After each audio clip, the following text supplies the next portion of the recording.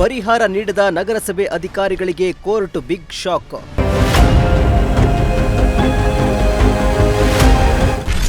Court ಆದೇಶದ ಮೇರೆಗೆ ನಗರಸಭೆ ಸಾಮಗ್ರಿಗಳ ಜಪ್ತಿ. ಯಾದಗಿರಿ ನಗರಸಭೆಯಲ್ಲಿ ಅಧಿಕಾರಿಗಳಿಗೆ ಕೋರ್ಟ್ ಬಿಗ್ ಶಾಕ್ ನೀಡಿದೆ. ನಿವೇಶನದ ಪರಿಹಾರ ಹಣವನ್ನು ಪಾವತಿಸದ ಹಿನ್ನೆಲೆ ಕೋರ್ಟ್ ಆದೇಶದ ಮೇರೆಗೆ ನಗರಸಭೆಯ ಟೇಬಲ್, ಕಂಪ್ಯೂಟರ್, ಎಸಿ, ಕುರ್ಚಿ ಸೇರಿದಂತೆ ಕಚೇರಿಯ ಅಗತ್ಯ ಸಾಮಗ್ರಿಗಳನ್ನೇ ಜಪ್ತಿ ಮಾಡಲಾಗಿದೆ. ಪರಿಣಾಮ ನಗರಸಭೆಯ ಕಚೇರಿ ಬಹುತೇಕ ಖಾಲಿಯಾಗಿ ಸಿಬ್ಬಂದಿಗೆ ಕೆಲಸ ಮಾಡಲಾಗದೆ ಕಷ್ಟಕರ ಪರಿಸ್ಥಿತಿ ನಿರ್ಮಾಣವಾಗಿದೆ.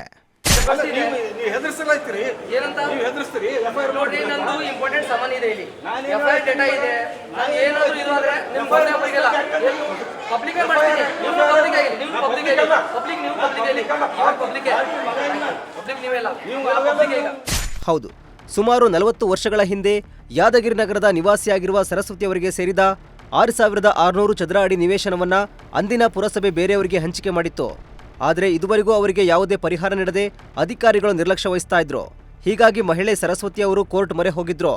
ಸುದೀರ್ಘ ಕಾನೂನು ಹೋರಾಟದ ಬಳಿಕ ಜಿಲ್ಲಾ ಪ್ರಧಾನ ಮತ್ತು ಸೆಷನ್ಸ್ ಕೋರ್ಟ್ ಸರಸ್ವತಿ ಅವರಿಗೆ ಸುಮಾರು 2.12 ಕೋಟಿ ಪರಿಹಾರ ಪಾವತಿಸುವಂತೆ ನಗರಸಭೆಗೆ ಆದೇಶ ನೀಡಿತ್ತು.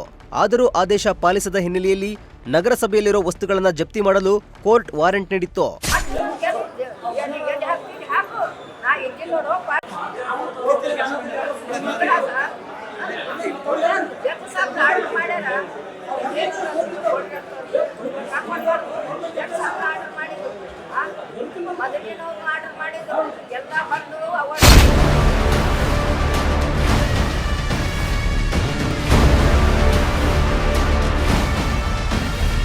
ಇನ್ನು ಕೋರ್ಟ್ ವಾರೆಂಟ್ ಜಾರಿಯಾದ ಬಳಿಕ ಅಧಿಕಾರಿಗಳು ನಗರಸಭೆ ಕಚೇರಿಗೆ ತೆರಳಿ ಟೇಬಲ್, ಕಂಪ್ಯೂಟರ್, ಎಸಿ ಹಾಗೂ ಪೌರಾಯುಕ್ತ ಉಮೇಶ್ ಚೌಹಾಣ್ ಅವರ ಕುರ್ಚಿ ಸೇರಿದಂತೆ ಹಲವು ಸಾಮಗ್ರಿಗಳನ್ನು ಜಪ್ತಿ ಮಾಡಲಾಗಿದೆ.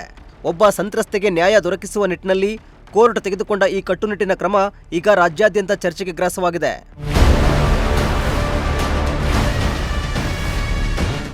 Bureau report, Prajashakti TV, Yadgir.